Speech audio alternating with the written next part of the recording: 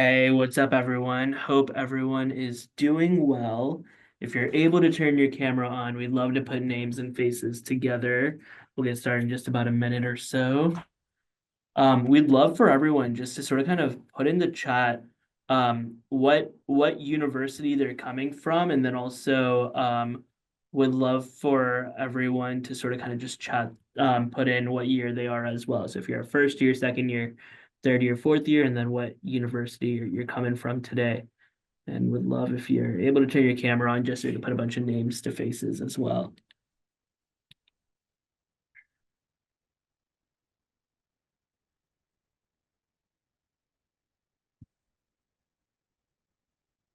So I see some Michigan, I see some UT,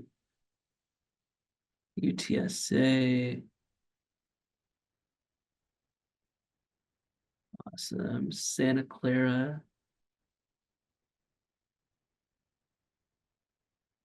Awesome. So super excited. Why don't we jump over to the next slide? Welcome to our Breaking into Investment Banking for our Accelerate series. My name is Sahil. I help lead our Accelerate branch of Alpha Kappa Psi. So just a little bit about myself. Went to UTSA for my undergrad, so really cool to see a lot of folks from UTSA. Post-grad, moved up to Austin, worked at Dell for a little bit, then went to Cision, and I was doing implementation consulting. Completely pivoted, went to go work at UT Austin at the Macomb School of Business. And now I'm a recruiter at McKinsey, focused on campus recruiting. And then I also lecture at UT as well. So super excited to be with y'all. I've been in multiple different volunteer roles with the fraternity and really excited to take on this new project and role. But why don't we jump over to the next slide? So just a heads up in terms of what is Accelerate, what are we trying to do? So Accelerate at its core is an event for you guys to really get an understanding of what is the professional development opportunities out there, how can the alumni help support? And at the end of the day, we know that your chapter can only do so much, can only bring in so many speakers. So what we've done is that we've decided to centralize it and think through on how can we help be thought leaders at the national level and help provide value from up top. And we'll go to the next slide and would love to introduce some of our upcoming events. So our next event is going to be in person, Elevate, which is our conference. So for those who are new to the fraternity, every year AK Psi hosts a conference in a few different cities. This year we'll be having one in Chicago, February 21st weekend. Definitely recommend. Signups should be launching in the coming days. So be on the lookout, and there is going to be a competition there as well for public speaking. So really excited to hopefully have a lot of you guys up there. I know we just had a planning call on Chicago earlier today, and we're really excited to bring it all to the table. But why don't we go to the next slide? Really excited to sort of kind of introduce two friends. I got to go to UTSA with both of them. I'll let them introduce themselves on just who they are, what they've done professionally. Stephanie, why don't we start off with you and then kick it over to Guillermo? Yeah, thanks, Sahil. Sahil, thumbs up if you can hear me. Yeah, you're Okay, good. awesome. Well, hi everyone. It's such a pleasure to be here with you all.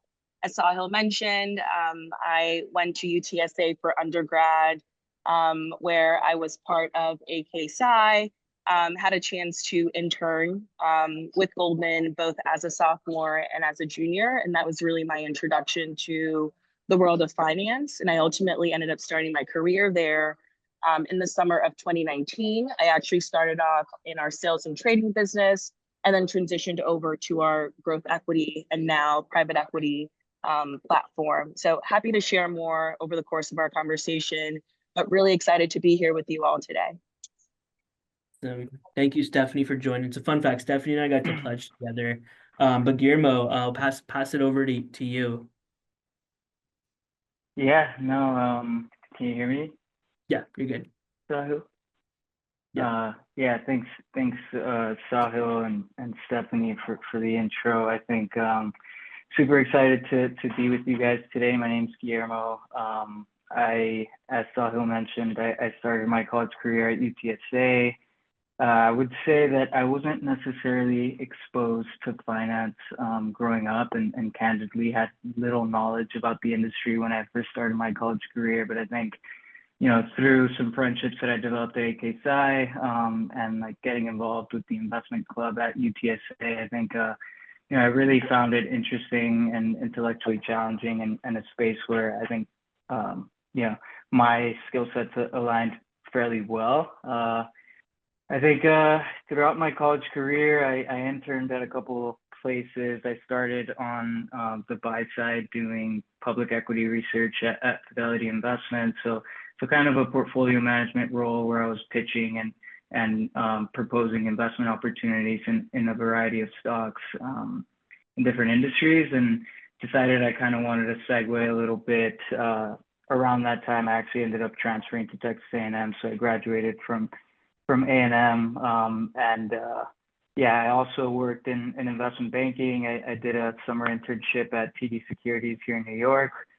Coincidentally, that was around the time when we were in the pandemic, so I actually ended up doing that remote back from home in Texas, which was an interesting experience. But ended up returning full time within the leverage finance group at TD. Worked there for about a year and a half before recruiting and landing a job at BlackRock within the private credit team, where I'm now an associate focused on venture lending, direct lending, as well as special situations credit investments. So super excited to be with you guys today and to talk a little bit about my path to investment banking, and happy to dive into anything in more detail as we go through this session. Awesome. So what we want to do is we'll jump over the next slide and really kick it into what is banking. We're really sort of going to want to make sure we're level setting at where everyone is, then going into what does the career timeline look like, how do you enter, and then going into the recruitment process, what is top of mind, how you should sort of kind of navigate from there. So I'll pause talking here and pass it over to our two awesome speakers to really take us through the rest of the presentation. Be sure to ask questions in the chat. We'll get through them throughout, and then feel free. We'll also save time at the end as well. But Stephanie, Guillermo, over to you guys. Yeah, I'm happy to take this first piece and kind of level set on what investment banking is, what your roles and responsibilities will look like. But I guess to take a step back, investment banking firms at large can really be split up into two core groups. You have the bulge brackets like JP Morgan, Morgan Stanley, Goldman Sachs, so on and so forth. And then you have boutique firms or elite boutique firms who tend to have more of a sector specialty. Both types of firms will typically offer, when I think about undergraduate opportunities, internships to get students exposed to what the day-to-day could look like if and when they decided to start full-time. When you're thinking of, I would say large firms like Goldman and JP's, it's also really important to note that there are career opportunities beyond investment banking. As I mentioned earlier, I actually started my career in sales and trading, where I actually traded municipal debt. So very different from the traditional IB background. There are opportunities to do equity research, private wealth management, so on and so forth. So the breadth of opportunities tend to be a lot greater when thinking about those types of firms. And I would say with some of the boutique firms, they tend to be truly focused on the traditional M&A within their sectors. But I want this to be as interactive as possible. So if I've used language that feels a little funky, feel free to drop any questions in the chat or unmute. But yeah, I would say that those are kind of like the big differentiators when thinking about investment banking firms.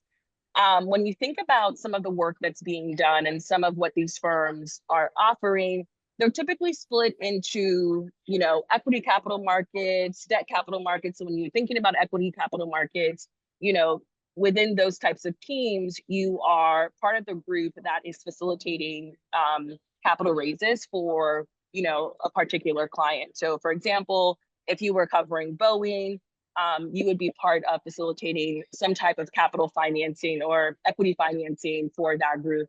And then similarly on the debt capital markets, I talked about trading municipal debt. Even though my clients were in corporates, they were state, cities, and local governments. When you find yourself within, DCM roles, you're typically just doing corporate financing in the context of investment grade debt, and things of that sort. And then similarly with Levin, still debt, but you're thinking about less, I don't want to say less investment grade, but you're thinking about debt tranches that sit typically below that. And then I think the last two on the slide are pretty self-explanatory, but this just goes to showcase the breadth of work that can be done within investment banking. I think the next slide will touch on the more traditional side, right, Josh? Awesome. And then on the other side of some of the things that you can find yourself doing, I think this is what people typically think of when they think about their day-to-day or what a day in the life of an investment banker could be like, which is where you find yourself really covering companies at the sector level. So with TMT, you're covering tech and media businesses. With healthcare, you're covering, healthcare businesses across the spectrum, so on and so forth. And you are working with other analysts, associates, VPs, and MDs who are truly sector experts in that regard. And your clients will mimic the sector coverages that each particular team is focused on. But similarly here, a lot of the work that you're doing tends to lend itself to advisory work. If you have a client who is contemplating any type of M&A, you would be helping facilitate that, or putting together decks to help the clients understand what their options are. But the focus here tends to be really centered around the sector versus the product groups, which is focused on like the underlying transaction or security that's being brought to market. Similarly here, happy to answer any questions if I've used language that feels a little confusing. One part just real quick, Josh, if you just want to go back a slide real quick, is oftentimes you'll see that some of this is also location based as well, right? So in Houston, you'll see a lot of energy work take place, et cetera, et cetera. So again, as you guys are sort of thinking is, hey, I want to work in a certain city and stuff like that as well, some of this work might be channeled there. But Steph, back over to you. Yeah, absolutely right. So for example, I'm from Houston, and most of the coverage that we have in our Houston office for Goldman tends to skew energy banking, for lack of better words, oil and gas, or even more recently doing work around climate financing. Okay, so like diving into a little bit of a landscaping here, I think when you think about some of the bigger deals that are likely to hit, what is it? Wall Street Journal, or if you think about some of the transactions like when Amazon bought Whole Foods and things of that sort, most of those transactions actually tend to happen with bulge bracket firms. More of the broader transactions you will see be facilitated with Goldman, MS, where they're either, the main underwriter for that transaction. And then I can speak a little bit to some of how I interact with the middle market and elite boutiques, because as I mentioned before, they tend to be heavily focused on their different sector specialties. So for example, Jeffries typically will run processes for healthcare, smaller healthcare businesses that are looking to be sold into broader strategics or PE sponsors. So you'll see them do transactions like that. And those transactions tend to be, call it anywhere from $100 million to, maybe $400 million. Whereas I think with, bigger bulge brackets, you are seeing transaction sizes that are north of $1 billion. And then I think the last two regional and the elite banks are typically doing, similar types of transactions, but I think regionals tend to be a lot smaller, and then the elite boutique firms tend to do their work with a lot more specialty. But please, team, feel free to jump in here on anything that I haven't captured. Yeah, I think the one thing that I would add, and kind of tying everything together with some of the groups that we talked about previously, when you look at some of the bulge brackets like JP Morgan, for example, or Bank of America, it also has like, you'll see they have a commercial banking arm, or you'll see that they have a lot of retail locations across the country. So that means that those banks have like really big balance sheets. So when you look at things like leverage finance, for example, where you're lending, large sums of money, it's really something that you'd see be more typical at these types of banks, whether bulge brackets or some of the regional banks that have a large presence across the country. And then when you look at the elite boutiques, like Stephanie was mentioning, it tends to be very focused on a particular area of expertise or a particular product. Most of them are very big in M&A advisory. So they'll be, advising and have clients, very large clients on big transactions or restructuring, for example.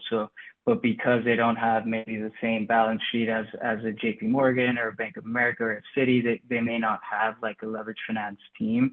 So I think as you guys go through your recruitment process and you think, oh, I think I might be interested in more of the capital raising side or the debt side, like it may make more sense to target some of these other banks that have those groups. Or if you're solely interested in doing M&A work, then maybe the elite boutiques might be a good fit. Obviously, the bulge brackets are kind of a catch-all where you have exposure into each and every one of those types of groups. But I guess that's just one thing that I would add is that as you guys think about this, there are certain specialties that are covered by some and may not be by the others.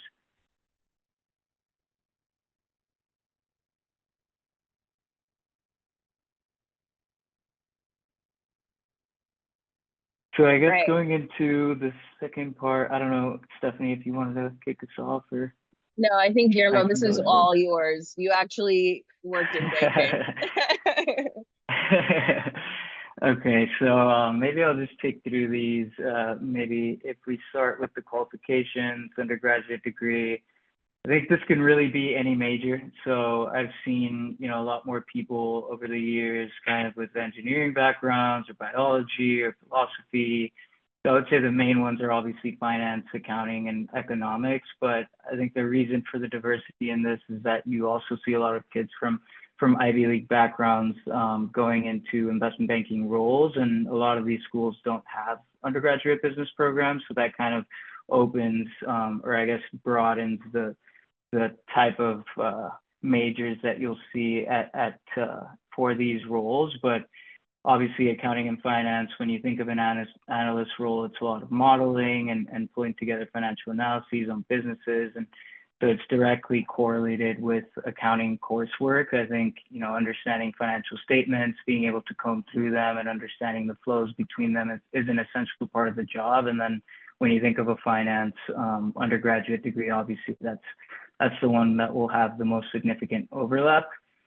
In terms of the hours, I think they vary bank by bank or group by group. For example, if you work in M&A at Morgan Stanley, you may be working a lot more hours than if you're maybe in the equity capital markets group. I think it's just the nature of the type of role and the types of deals that you're working on. But typically, I guess these would probably hover around 70 to 90 hour per week range. In some cases, could even go beyond 100 hours a week if you're on, live deal processes or it's a really, busy market with a lot of deal flow. So ultimately, I guess just kind of proving that this is a very demanding job, and that's because the hours are largely because you have clients that you have to cater to. So there might be periods where you could have extended downtime throughout the day, and then in the evening you get a client request that kind of needs to go out the next morning because you're working as part of a bake-off process or something of that nature, which is basically means that you are competing against a bunch of other banks for some new business.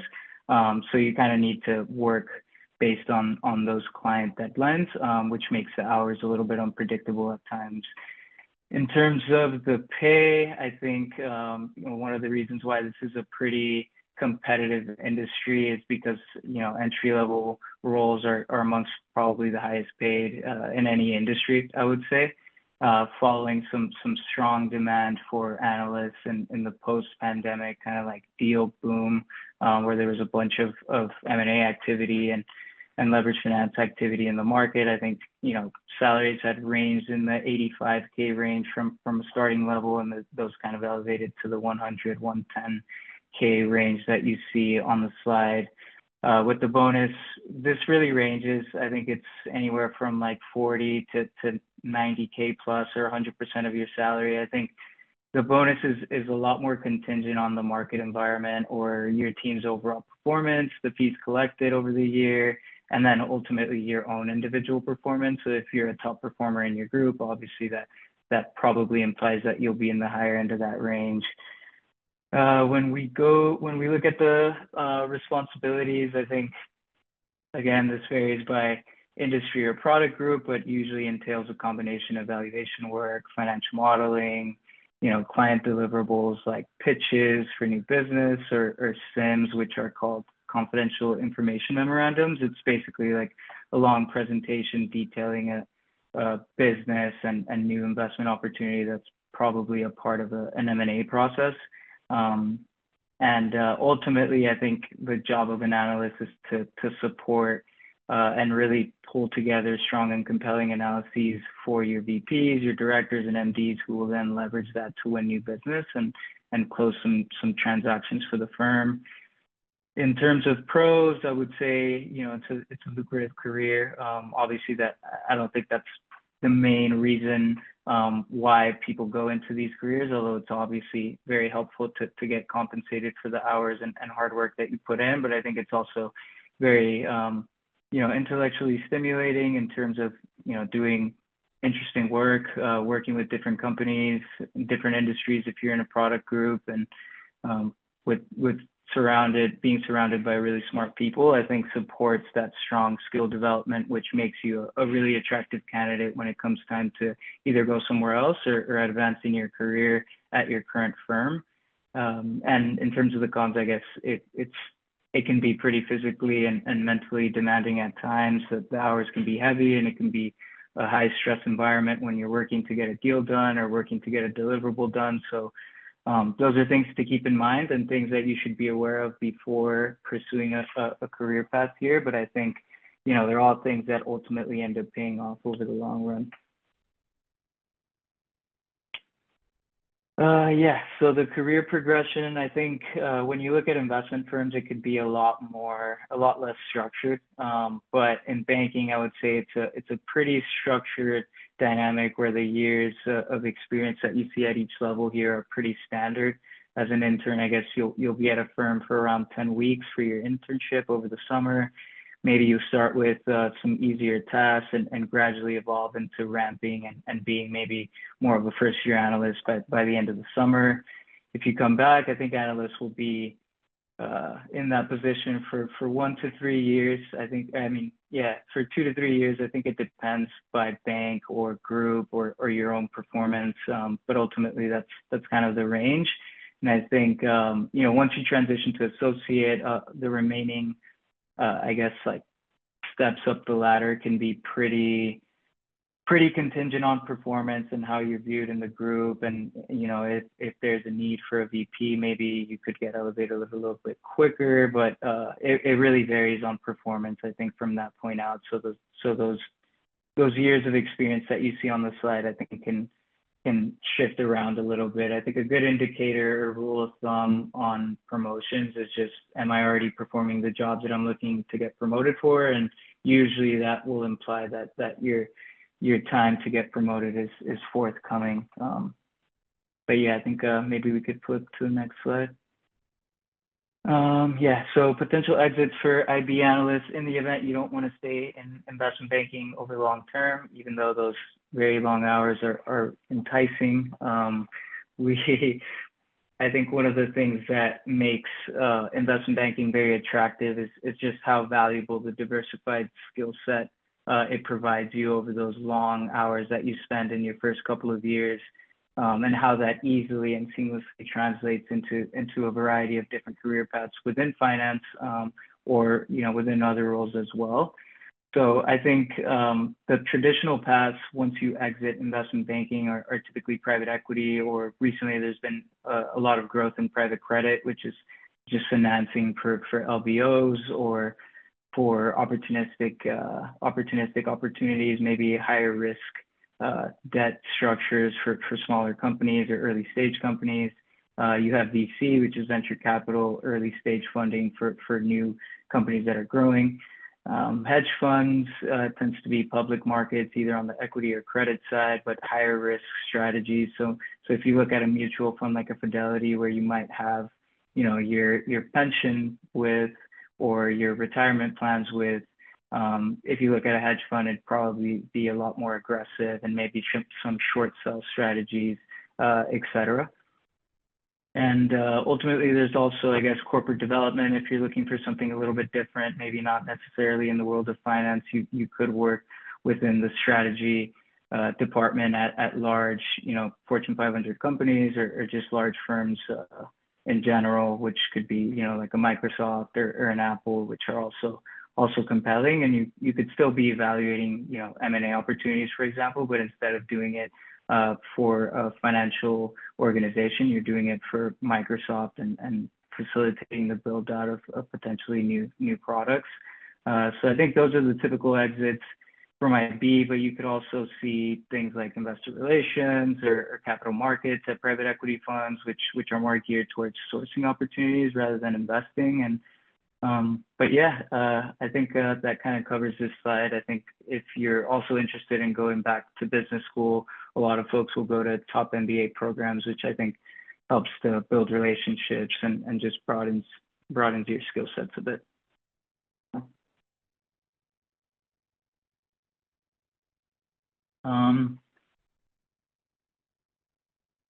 Any questions? Okay, so just going into the recruitment process and the timeline a little bit. I think this slide and the following one kind of intertwine a little bit, but just generally speaking, I think an important thing to keep in mind about this timeline is that I always think about it as you can never start too early. So if you see info sessions and coffee chats and resumes starting in the sophomore fall, like I would even advise you start, like specifically for resumes and your cover letters, like you could probably get, started on those things either your first semester of your freshman year or your second semester, because I think the reason that I say this is, in all likelihood, the first resume that you pull together won't be as strong as the 10th iteration you get after getting, advice from different people in the industry or folks in your career center. So I think getting that early head start will prepare you for when you hit these sort of sophomore, fall, or spring timelines when recruiting is closer to kicking off. You'll be a lot better prepared. I think your resume will just be in a much better place to allow you to be successful. I probably also loop into that category making a LinkedIn profile.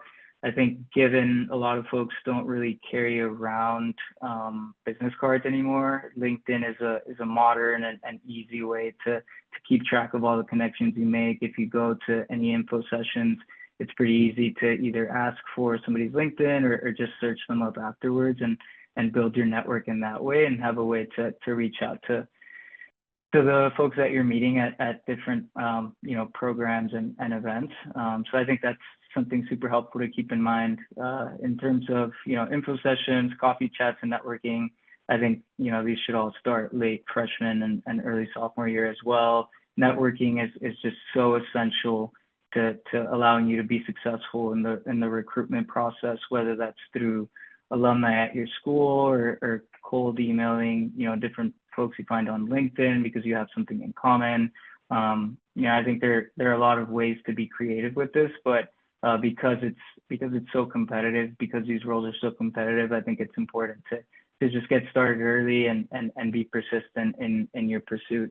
And then when we look at interviews, diversity programs, applications, I think I'd lump all these kind of together in that sophomore, spring, and summer, and kind of heading into the junior fall as well. Just sending as many of these as you can. I think one of the strategies that I would use when I was younger, and I think maybe we could flip to the next slide, since I think some of the things that I'm touching on are covered here. But Yeah, I think I talked a little bit about the resume, which I'm happy to highlight a little bit more, but just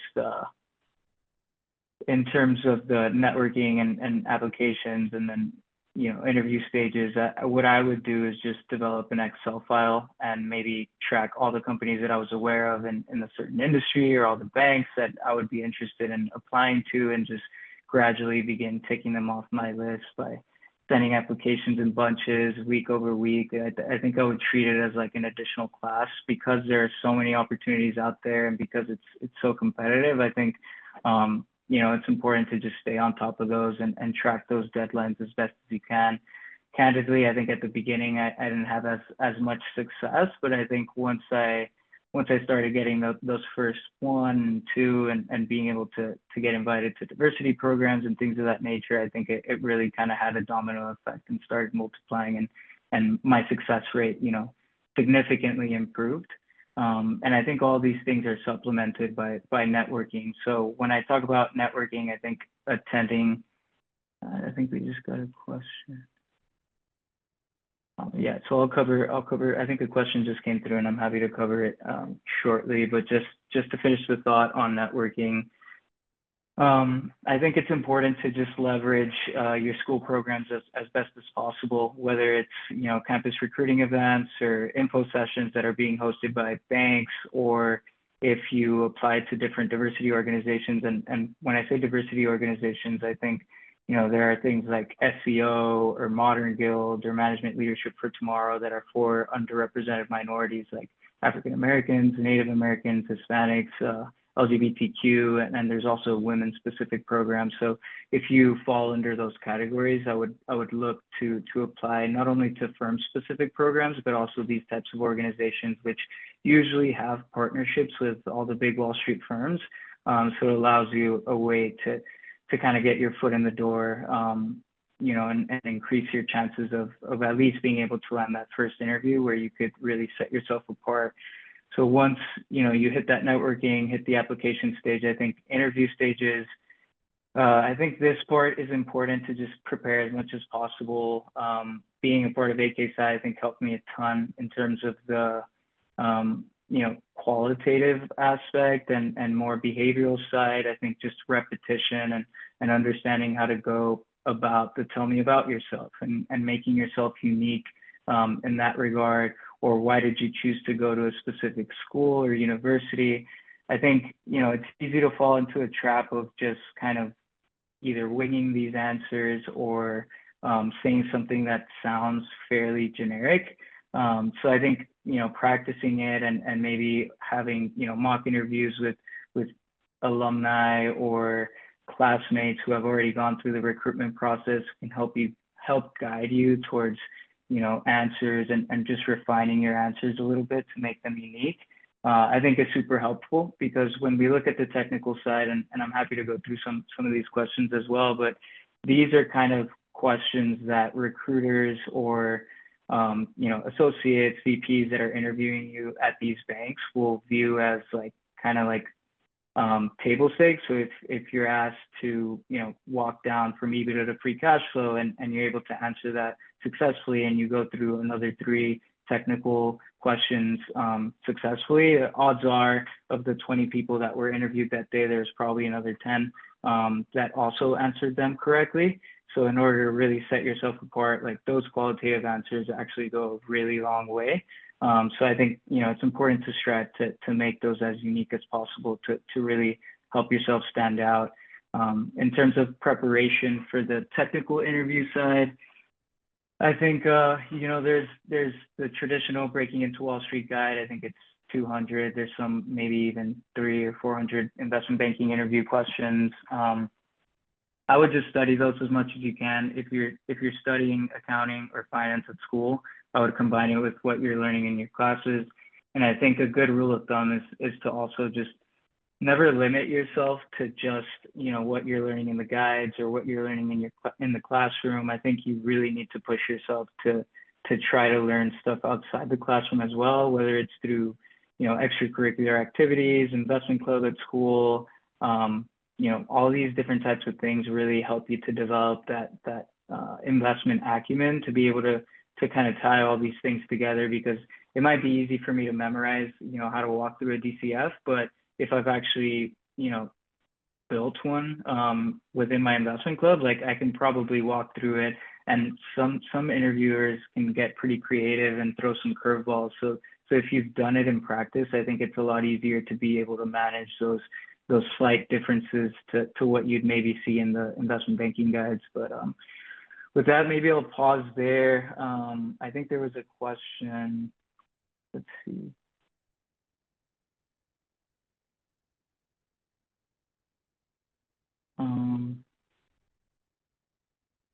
Yeah, so I think in terms of finding another internship, are you currently a junior and you did a sophomore internship at DB is what I'm assuming? Okay. So I think Babson being in Boston, there's obviously a lot. I'm sure there's plenty of alumni that you have at your school that you can leverage, to be able to just reach out and pick their brains as well. But I think ultimately just networking as much as possible is the number one advice that I would give. Maybe go into your career center, seeing if there are any info sessions that they're going to host, or if there are any application processes that specific alumni have put up as being relevant, or them wanting to hire, students from Babson. I think that's the first route that I would take.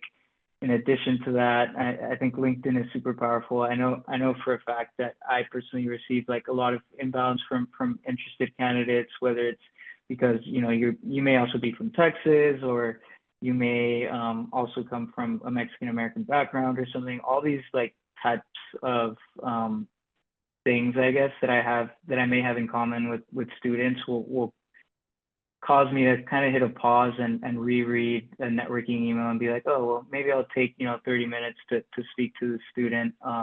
So I would say like trying to find ways where you could relate to somebody, and sending as many networking emails as you can, I think, or messages on LinkedIn. Obviously, your hit rate may not be super high at the beginning, or it may not be super high period, but eventually, you'll be able to develop some leads in that way. I think that's something that a lot of students do.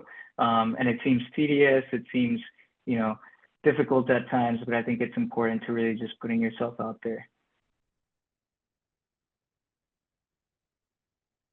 Awesome. If there's I don't know, Stephanie, if you want to touch on that.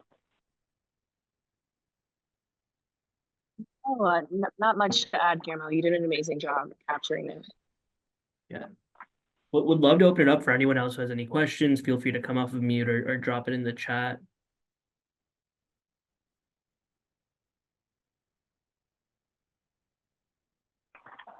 I have a question. Yeah, Isaac, go for it. Hey everyone, my name is Isaac Mack. Like I said earlier, I'm a part of the University of Michigan Phi chapter. First of all, I wanted to thank the three of you so much for hosting this event, and I'm really excited. I want to learn more about the upcoming event in Chicago as well, because it's not too far from me. But I just wanted to ask the both of you, how did you go about less of the technical aspect of recruiting, but more of the mental kind of blockade that you can face?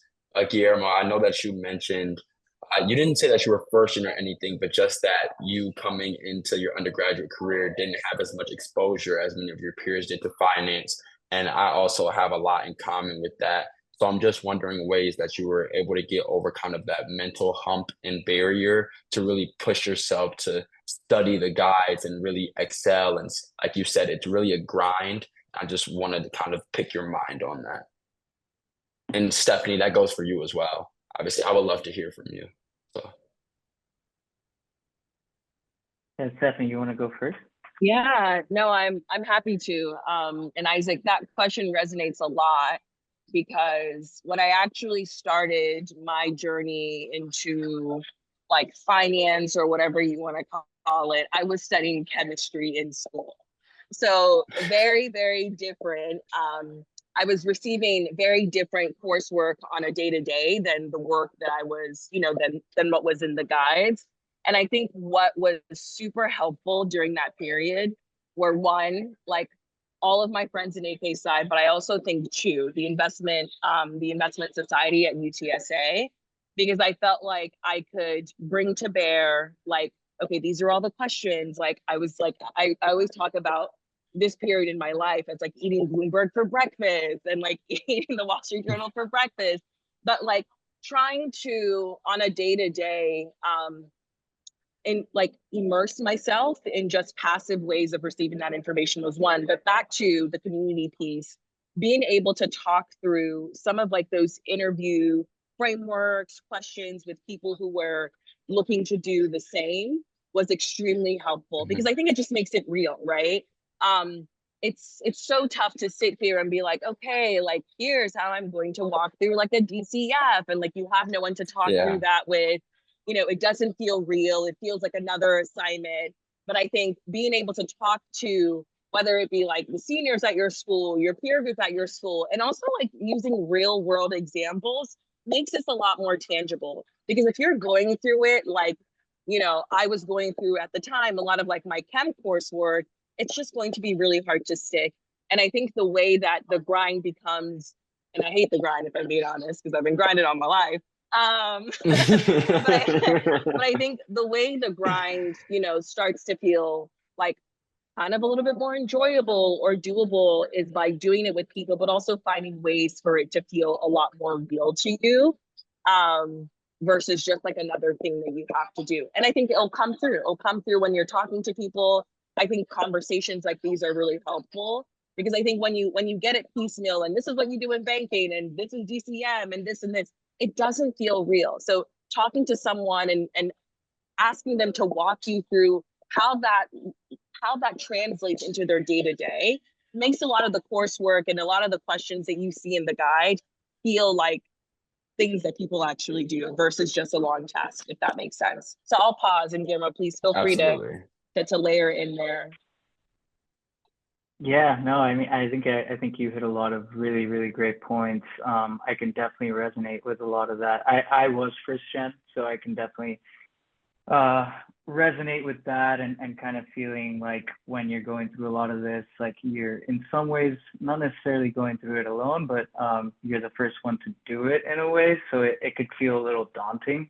I think in addition to a lot of the things that Stephanie said, which I think are super important, just kind of immersing yourself. And I think part of like joining investment clubs and stuff like that, like of course it helps you to understand the industry a little bit better.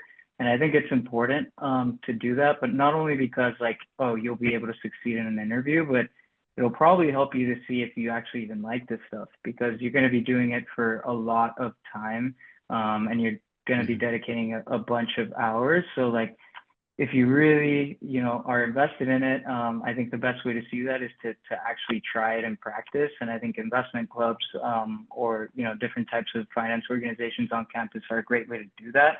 And I guess the last thing I would add to that is we talk about breaking into investment banking. When we talk about it, I think we always focus on the recruiting aspect and getting your foot in the door and getting interviews. But I think just as important to that is succeeding when you're actually on the roll, or when you're in your internship. Absolutely. And I think that's something that could be overlooked sometimes.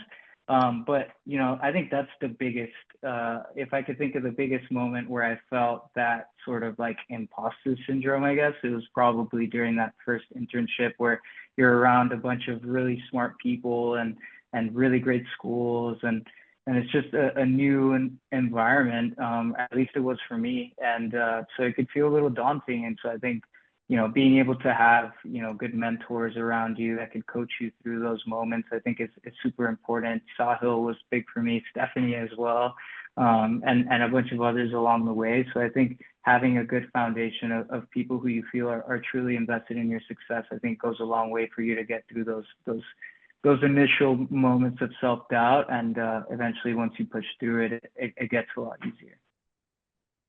Thank you both so much. Those are wonderful answers. I'm trying to type everything down while listening. Thank you. Yeah, and feel free to follow up with us after this. Sahil, Josh, feel free to share our information, because I think that's what forums like this are for. Yeah. I know another question came Thank in you. that as well on when is it sort of kind of time to pivot versus pursuing.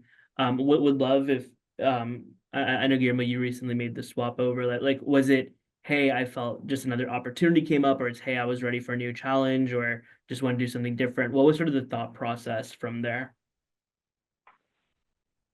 Yeah, yeah. So I think if I put it in the context of maybe like if you're a junior and you're thinking about, how you want to pursue a career path, maybe I'll start there. I would say it's never too late, to be honest. If you feel like, oh, I kind of need like an extra summer or something, to kind of push for some of these opportunities. I may have missed the recruitment cycle and it doesn't feel like the availability of opportunities is there right now, or maybe it's just a more difficult market. There are things like Masters of Science in Finance, which could be like a 1 year program. There's a bunch of really great schools. Like I know Georgetown, a friend of mine who works at Moelis, which is an elite boutique, did one at Vanderbilt right after he finished his senior year. So that's another option if you kind of want to buy yourself some time and build your skill sets a little bit to re-recruit for those investment banking analyst roles. So I wouldn't necessarily feel like, the time has run, kind of run its course and you're going to have to try to do something else.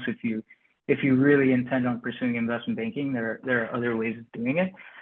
In terms of my transition from IB to private credit, I think, the first few years in banking, the first year that I spent was kind of like just digesting everything and learning as much as I can and kind of drinking from the fire hose, because it's a lot of work and a lot of new concepts coming at you. I think particularly on the credit side, it could get very, very technical, and left in because you're looking at legal documents and how the structure of a business's debt translates to some super dense document that's 300 pages. Like that could be a little bit difficult to comprehend at first, but once you start really developing those skill sets, I think, and get comfortable with the technical background, it personally was when I decided. I always knew I wanted to go into investing, but I felt like that was the right time to start thinking about that transition because I felt like I had the right technical skill sets.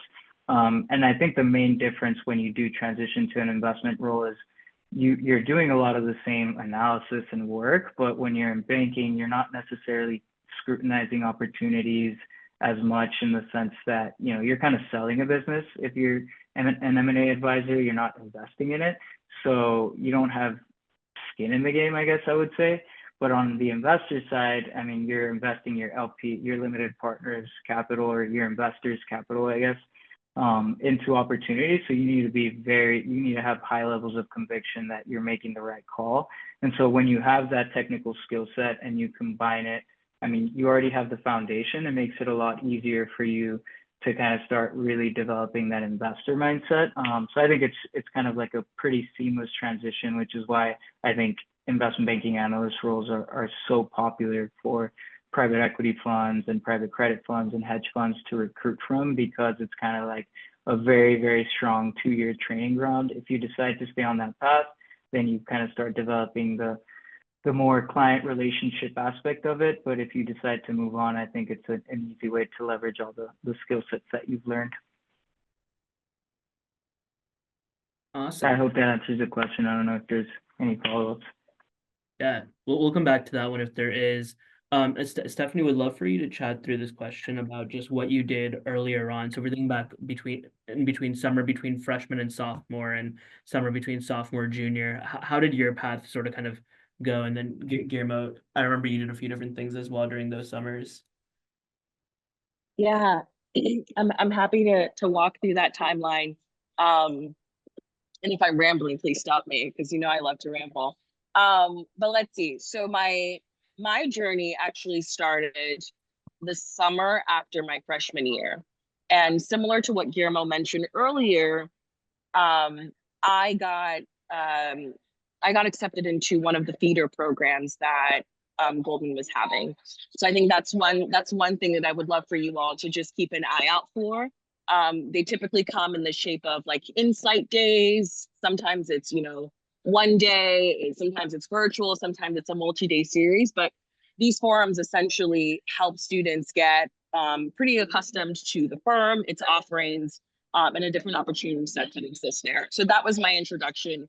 It was a 3-day undergraduate camp that Goldman held, basically walking through walking rising sophomores and juniors through everything that the firm did.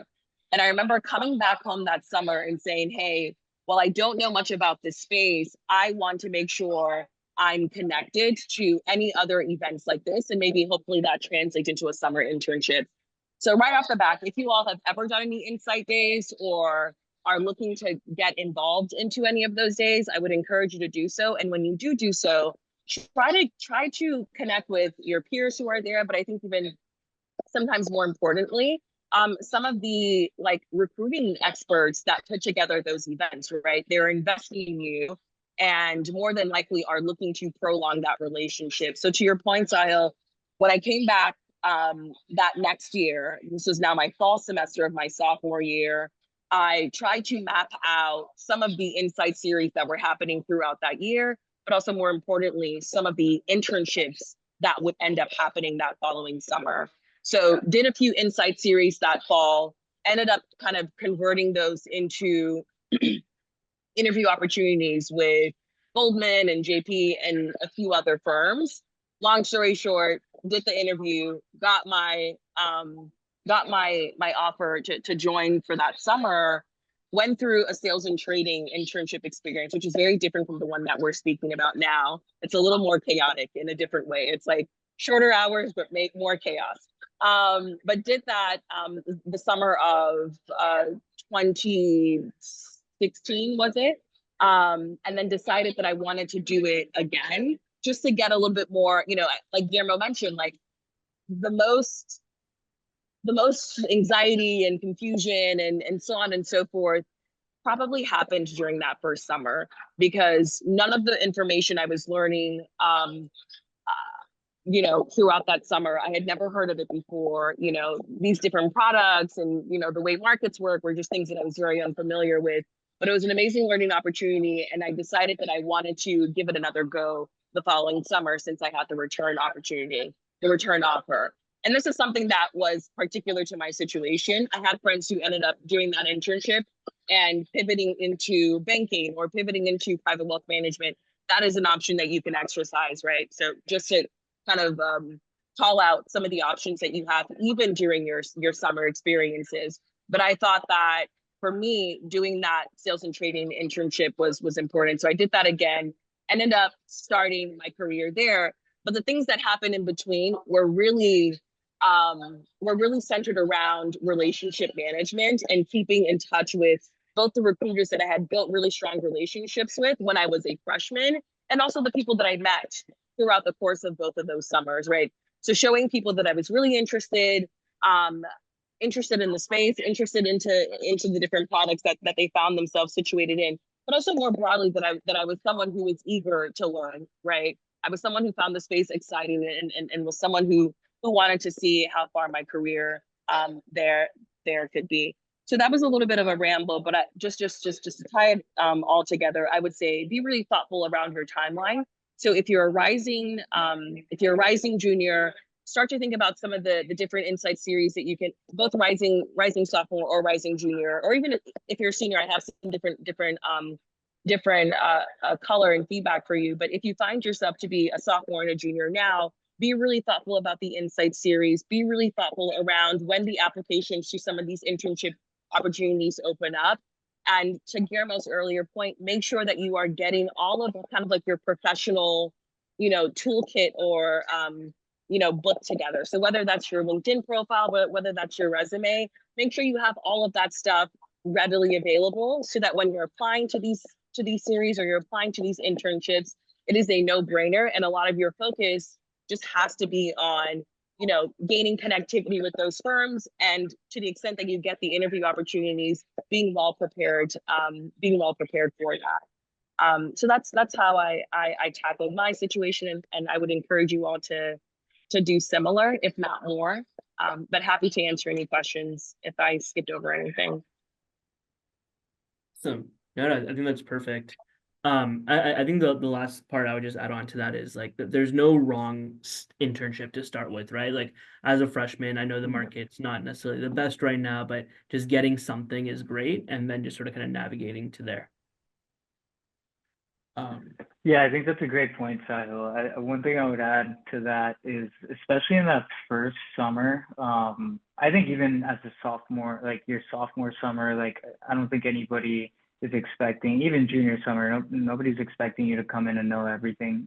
So I think when you're earlier on in that cycle, maybe like between your sophomore year and freshman year, um, what I would encourage, and one of the things that I focused on, and I encourage others who I speak to kind of do is to just try to land something related to it, somehow related to it, or do something that could be beneficial in your summer experience, whether that be, you know, you, for example, like I'm from Texas, and there's a lot of oil and gas. So the city that I'm from has a lot of logistics.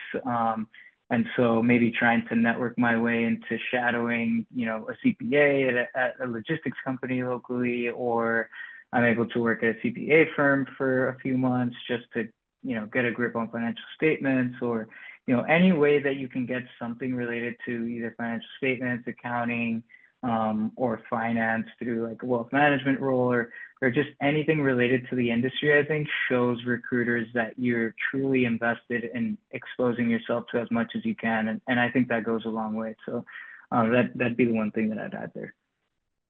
So, I know we're at the top of the hour and want to be mindful of everyone's time, but Guillermo, Steph, thank you guys again for taking the time and hanging out with us today. It's always good to see familiar faces. Josh and Liz, thank you all for your help in putting together this event as well.